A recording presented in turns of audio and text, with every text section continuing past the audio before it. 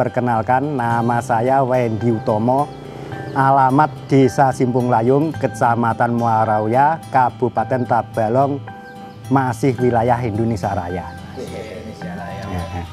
Dan di sini usia saya sekarang sudah 45 tahun. Nah, dan basic saya sekarang ternak kambing. Nah, ternak kambing seperti yang ada di depan saya ini.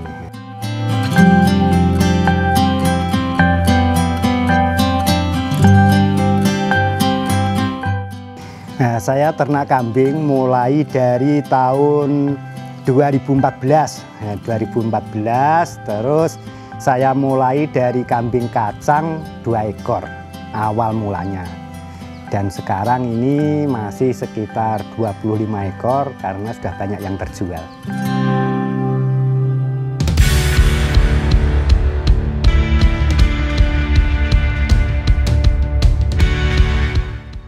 Kalau ternak kambing ini saya senangnya daripada ternak yang lain ya, untuk saya pribadi masalah pakan. Karena kalau ternak kambing ini pakannya nggak usah beli, tapi sudah bisa berusaha untuk ternak.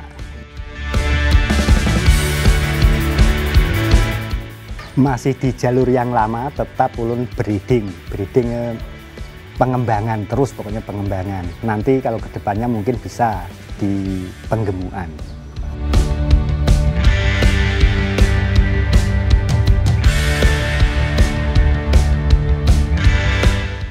Kalau untuk sekarang jenis kambingnya yang saya utamakan ini di crossbur sama PE ras Kaligesing.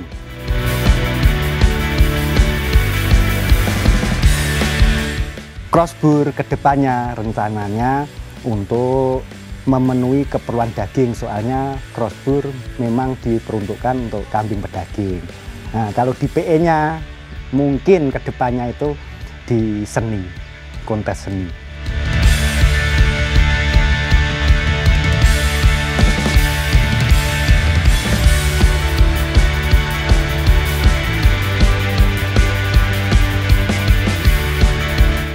Nah, kalau pakannya saya menggunakan dua jenis pakan. Yang pertama, saya nggak mau menyalahi kodrat kambing ya, saya tetap pakai hijauan. Dan untuk mendapatkan hijauan itu, saya bikin kebun rumput sendiri. Nah, itu. Soalnya keberhasilan ternak kambing kuncinya itu 70% di pakan. Dan yang kedua, pakan saya yang saya pakai itu pakan penguat seperti ini, pakan racian. Nah, ini biasanya ini untuk yang menyusui atau untuk calon penggemukan pakai ini.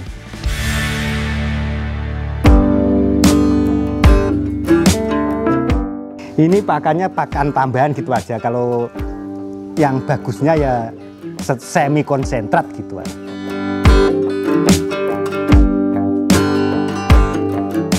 Mulai pakan ini saya dari tahun 2021 sampai sekarang pakan tambahan ini. Kalau pakan ini saya dapat dulu waktu masih SMP. Di situ ada apa namanya, seperti ekstrakurikuler di SMP Muhammadiyah dulu itu dikasih seperti ini cara membuat pakan untuk ternak ruminansia. Dulu yang nggak kepake, sekarang yang baru sepakainya. Kalau dibilang mudah, ini pembikinan pakan ini mudah. Dibikin sulit, ya memang sulit. Soalnya kita harus tahu kandungan nutrisi yang ada di dalam bahan pakan ini. Nah, seperti itu. Untuk kemudahannya, bahan-bahan ini ada di sekitar kita. Contohnya seperti batang rumbia yang dibikin sagu, terus yang keduanya dedak padi, itu limbah dari penggilingan padi. Terus ada yang agak sulitnya, yang susahnya itu seperti bungkil kedelai ini mendatangkan dari Jawa ini yang agak susah. Sementara kalau di sini untuk penggantinya ini pakai ampas tahu.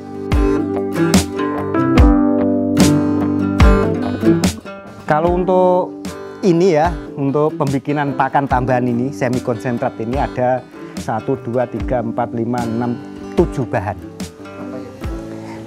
7 bahan ini yang saya pakai: bungkil kedelai untuk sumber proteinnya, terus sagu untuk karbohidrat, terus dedak padi untuk sumber karbohidrat plus serat, terus tambah kulit kopi, itu kulit kopi serat. Tapi di dalam kulit kopi itu juga masih ada kandungan protein di bawah 10%.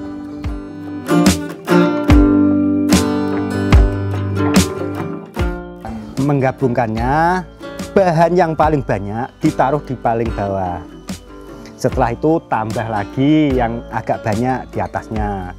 Terus menerus sampai atas itu yang dikasihkan di atas, soalnya sedikit barangnya itu garam sama mineral. Nah, mineral mix, dan yang saya pakai cattle mix. Itu terus dicampur.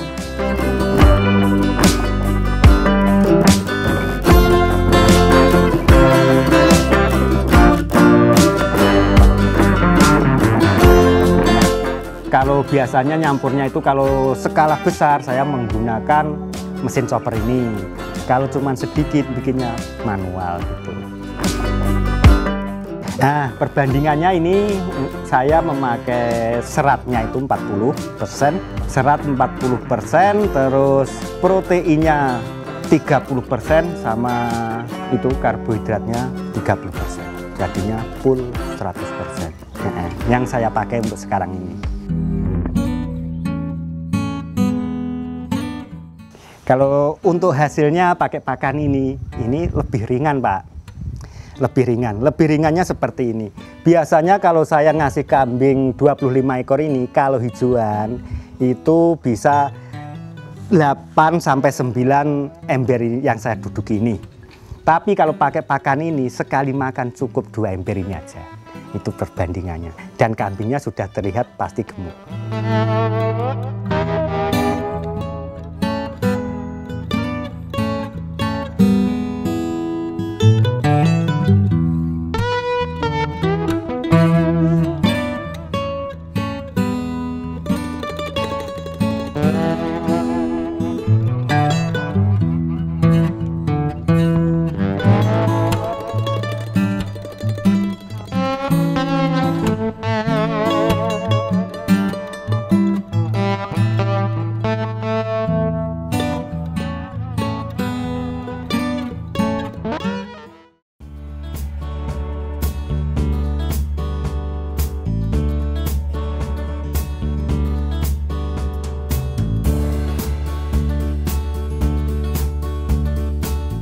Dan kambing 1 ekor itu untuk percobaan ini sehari cuma 1 kilo. Sehari cuma 1 kali pemberian pakannya.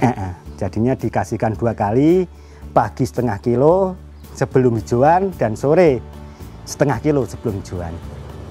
Di sini memakai pola pakan 2 kali, pagi dan sore, itu aja.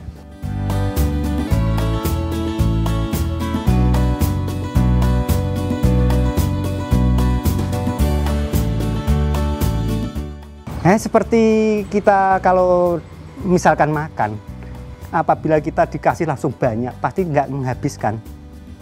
Tapi kalau kita makan itu pagi misalkan 1 piring, sore 1 piring, cukup. Tapi kalau sekali langsung 2 piring, pasti nggak menghabiskan, sia-sia pakan itu.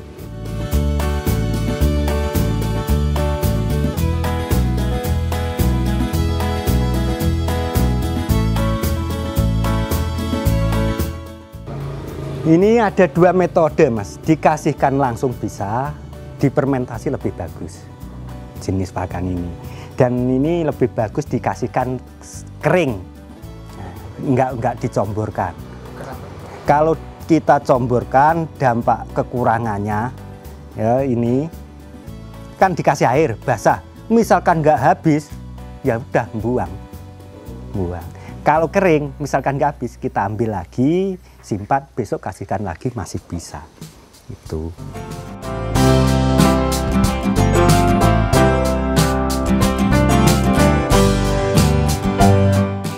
Oh, kalau ini misalkan cara penyimpanannya itu misalkan kedap udara, ini ya kalau 1 tahun bisa tahan.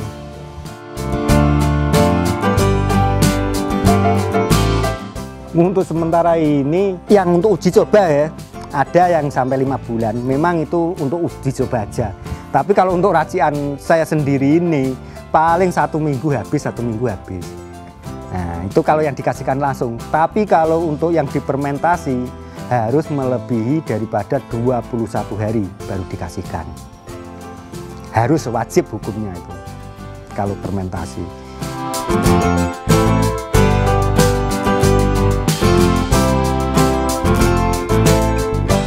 Nah, kalau di plastik harus benar-benar kedap udara. Lebih amannya lagi kalau menyimpan fermentasi ini di tong biru seperti yang di belakang ini. Nah, itu untuk penyimpanannya yang lebih aman. Soalnya kalau sampai bocor pasti rusak. Nah, kalau pakai drum seperti ini udah aman, soalnya ayam, tikus itu nggak bisa merusak wadahnya itu. Kalau untuk tanda-tandanya bocor di sini ada di belakang ini. Nah, seperti ini misalkan di plastik. Nah, ini ada seperti coklat seperti ini. Pasti ini mengalami kebocoran ini. Dan ini nanti kalau dibuka pasti baunya itu sudah nggak harum lagi. Sudah nggak seperti tape lagi. Soalnya ada kebocoran.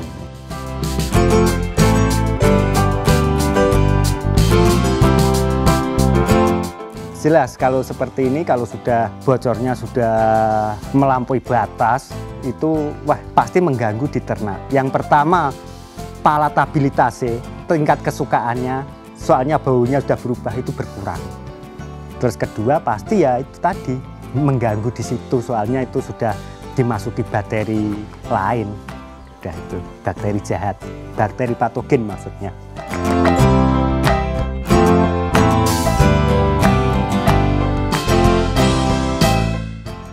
Dari awal itu kegagalan pasti ada, Pak. Ya gagal, terus kita pelajari gagalnya di mana. Yang kebanyakan kalau di sini ini gagalnya itu di masalah di kedap udaranya itu tadi. Pasti ada kebocoran itu gagalnya. Tapi kalau dari teknis yang lainnya nggak ada sama sekali kegagalan.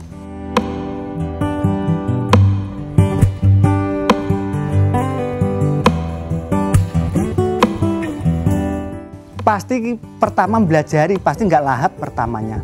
Tapi kalau sudah terbiasa lahap. Caranya untuk kambing itu supaya lahap, soalnya ini pakannya kering.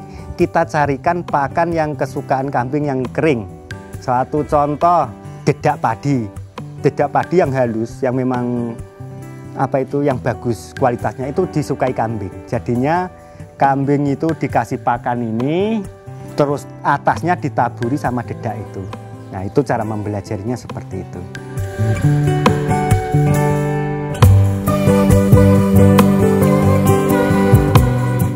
Kalau masalah itu memang sudah saya konsepkan, Mas, ini. Jadinya ini memang pakan pertama untuk ternak sendiri.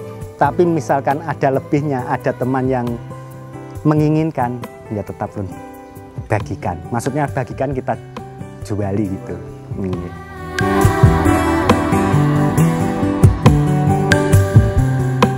Enggak terhitung, Mbak. Soalnya di sini enggak cuma ruminansia, tapi diunggas pun ada yang ngambil di sini juga. Untuk digunakan diunggas juga. Diunggas, nggih. Tapi cuman yang diunggas itu biasanya di bahan-bahannya aja, nanti diracik sendiri sama peternak unggasnya. Tuh. Unggasnya ayam sama bebek yang jelas, bebek mentok itu.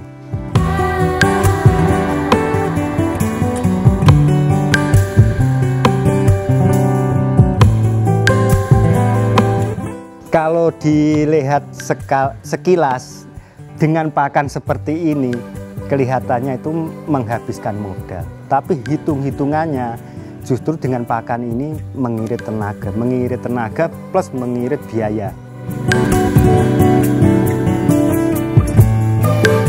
Soalnya untuk awal membuat pakan ini yang saya gunakan modalnya dari kotoran ternaknya. Kotoran ternak kita kumpulkan, kita jual untuk modal ini. Jadinya kalau dihitung ya jelas untung. Soalnya apa? Pakan ini berasal dari kotorannya sendiri.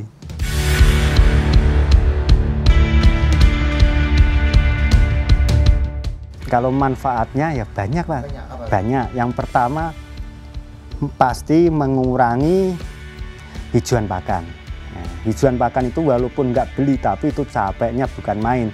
Kalau kita sudah ternak di atas 25 ekor, pasti kalau mengandalkan hijauan pasti memerlukan banyak hijauan, jadinya ngaritnya itu terlalu capek. Tapi kalau udah pakai pakan ini, satu ekornya itu saya kasih ibaratnya seperempat kilo yang kecil, yang besar setengah kilo sudah aman.